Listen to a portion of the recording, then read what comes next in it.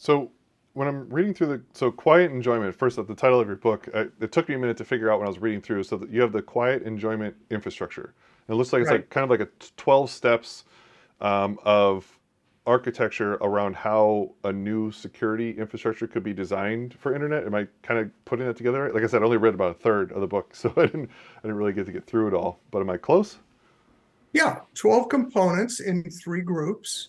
The first group is called the first infrastructure that's part of the client enjoyment infrastructure is called the authenticity infrastructure, and that's Hmm. about identity, Yep.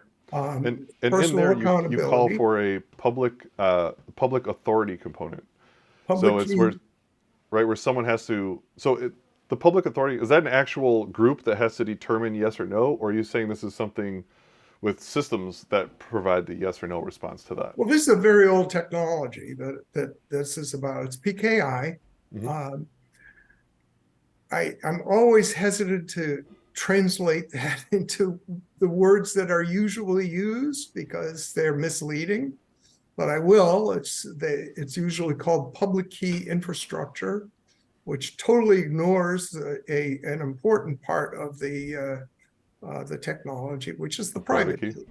Yeah. Um, but we call it the puzzle kit infrastructure because it involves the use of everyone is assigned two very large mathematically related numbers.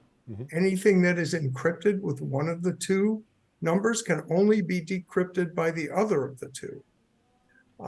This technology is commonly used lots of places. Every time you go to an HTTPS site, which is basically all sites these days, Yeah. you're using uh, that, we'll call it asymmetric cryptography.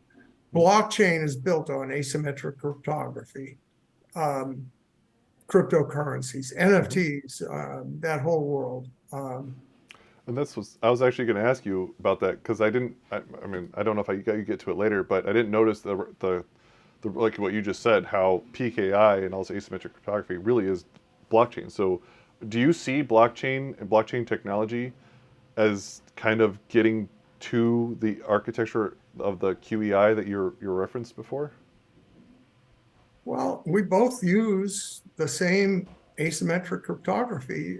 It's the heart of it. It's the core construction material. So consider it to be, the copper pipe and the wiring and the sheetrock and framing. That's Hmm. that's what AC is. It's a construction material. Um, where we part ways with uh, with blockchain technology is they are very intently avoiding centralized authority. It's Oh all yeah. decentralized. So what about the counterparty to the other party to who you're dealing with is that they Mhm. are the same as the transaction started with. You don't really have any idea who they are. You don't need to know if Right. cryptocurrency is fungible. One Bitcoin is replaceable with any other Bitcoin. Yep. Um, But the but there's no wallets are not, accountability. right? There's no accountability beyond that. Beyond Right. that, Yeah, definitely it's not. And that's it's kind of being like the aim of the goal, is they want it to be so completely anonymous. right. So what is it? It's among other things, it's a gift to crime. It's a gift to criminals.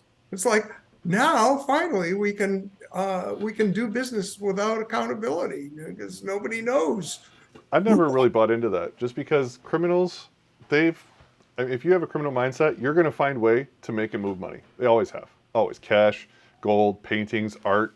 I mean, it's like if you got billions or millions to move, you can do it in and, different ways. and It makes it easier, and but that's like saying the internet was used to create, a place for people to buy and sell things illegally. Because they do it every day, but they don't. oh, and at Delphi, we would get visits from the DEA Hmm. saying, we think this username has been dealing drugs. Yeah. And we need to know who that is. And we would say, You got a court order?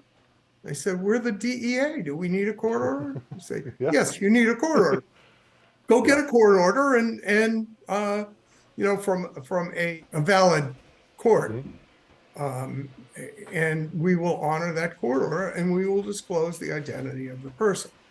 Yeah. Until then, no, we won't.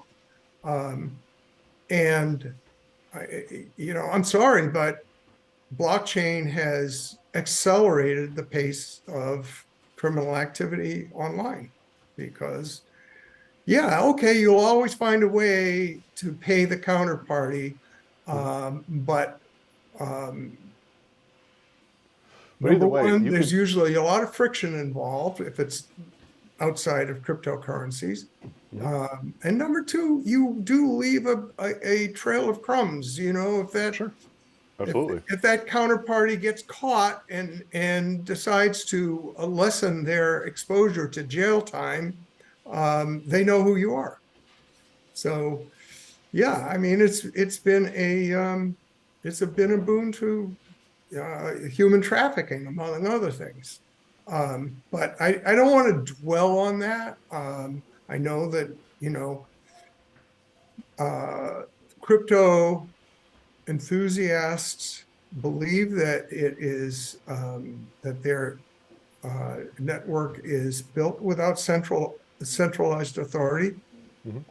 It's not built without governance, and as Lawrence Lundy Bryan points out, he's a decentralization advocate, but he says there is no such thing as decentralized governance, and it's absolutely true.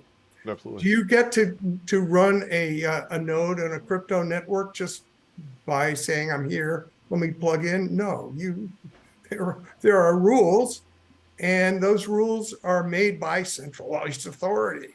If you're a node operator on Chia or Polkadot, you bet you have to abide by rules set by centralized authority.